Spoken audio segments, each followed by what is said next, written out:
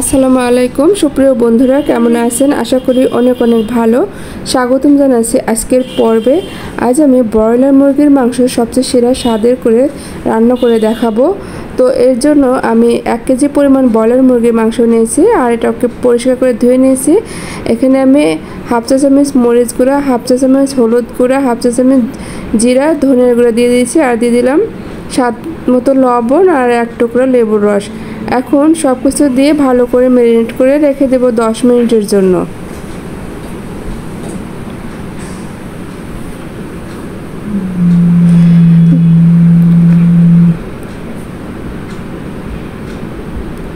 তো এখন ঢাকনা দিয়ে ঢেকে রেখে দেব সাইড করে। তো এখানে আমি একটি মিক্সিং বল নিয়েছি, এর ভিতরে দিলাম 1 চা চামচ পরিমাণ মরিচ গুঁড়া, 1 চা চামচ পরিমাণ জিরা গুঁড়া, 1 চা চামচ পরিমাণ ধনিয়া গুঁড়া আর 1 চা চামচ পরিমাণ হলুদ গুঁড়া আর দিয়ে দিলাম স্বাদ মতো লবণ।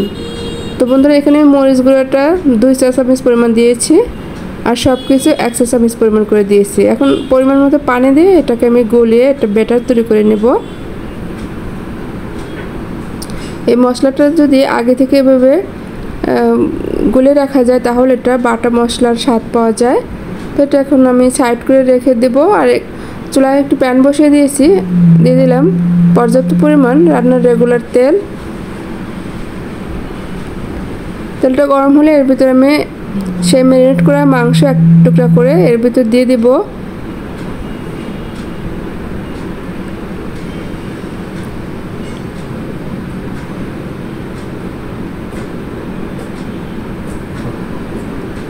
তো সবগুলো দিয়ে দিয়েছি একই সাথে আর এগুলোকে হাই হিটে ভেজে নেব। 2 থেকে 3 মিনিটের মতো ভাজা হলে একটা পিঠ অপর পিঠে উল্টিয়ে দিব। এপিঠ ওপিঠ 3 থেকে 4 মিনিটের মতো ভেজে নিলে ভাজা হয়ে যাবে, অনেকক্ষণ ধরে ভাজার দরকার নেই।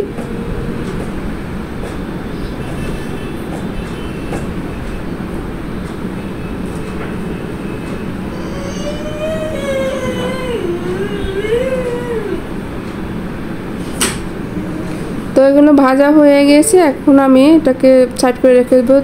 তো চুলায় একটি কড়াই বসিয়ে দিলাম। এখন আমি এর ভিতর দিয়ে দেব পর্যাপ্ত পরিমাণ রান্নার রেগুলার তেল।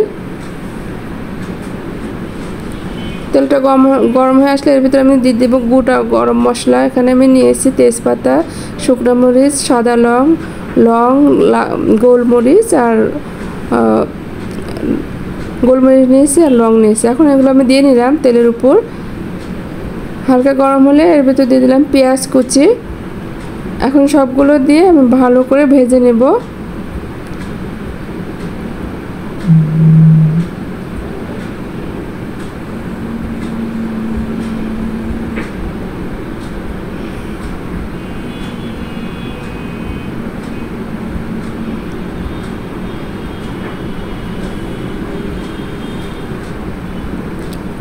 তো হালকা করে ভাজার পরে আমি এর ভিতরে দিয়ে দিলাম পেঁয়াজ বাটা, দিয়ে দিলাম আদা বাটা 1 চা চামচ, রসুন বাটা 1 চা চামচ।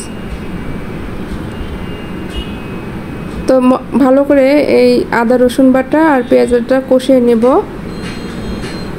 কিছুক্ষণ কষানোর পরে আমি যে মশলাটাকে আগে থেকে ভিজিয়ে রেখেছিলাম সেটা এখন দিয়ে দেব।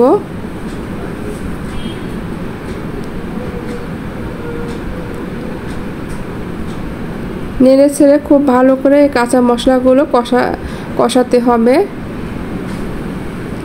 বাটিটা দিয়ে একটু পানি দিয়ে দিলাম যাতে মশলাটা পুড়ে না যায়।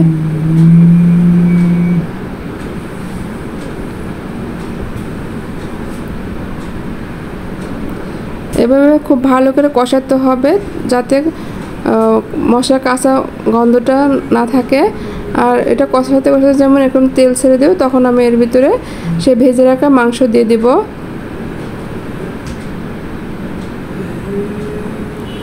তো মাংসটা দিয়ে খুব ভালো করে মশলার সাথে কষিয়ে নেব। মিডিয়াম টু লো আছে এভাবে কষাতে হবে, খেয়াল রাখতে হবে নিচে থেকে যেন ধরে না যায়। অনবরত নেড়েচেড়ে এভাবে কষাতে হবে, মশলা যাতে মাংসের ভিতরে খুব ভালো করে প্রবেশ করতে পারে সেজন্য 4 থেকে 5 মিনিটের মতো কষিয়ে নিতে হবে। মিডিয়াম টু লো আছে এটা কষাতে হবে।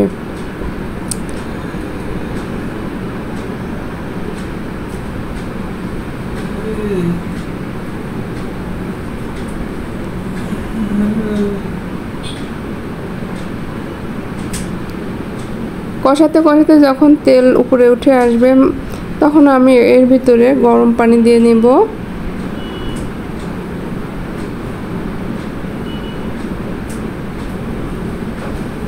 তো পরিমাণ মতো পানি দিয়ে নিলাম।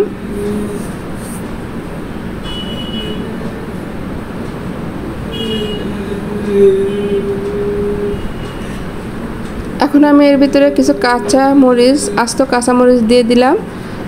আর কাঁচা মরিচটা দিয়ে আমি ঢাকনা দিয়ে ঢেকে 10 থেকে 15 মিনিটের মতো কুক করলে কিন্তু এই রান্নাটা হয়ে যাবে।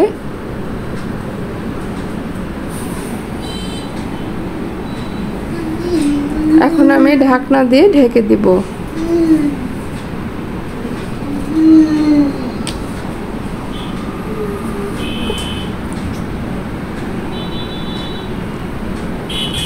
তো ঢাকনাটা খুলে একটু নেড়ে চেড়ে দিব।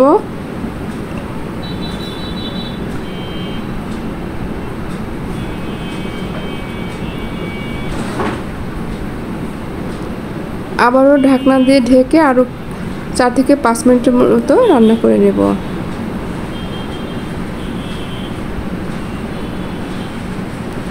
তো এ পর্যায়ে কিন্তু আমার রান্নাটা প্রায় শেষের দিকে। তো এখন আমি এর ভিতরে গরম মশলার গুঁড়ো দিয়ে নেব। এটা ভাজা গরম মশলার গুঁড়া।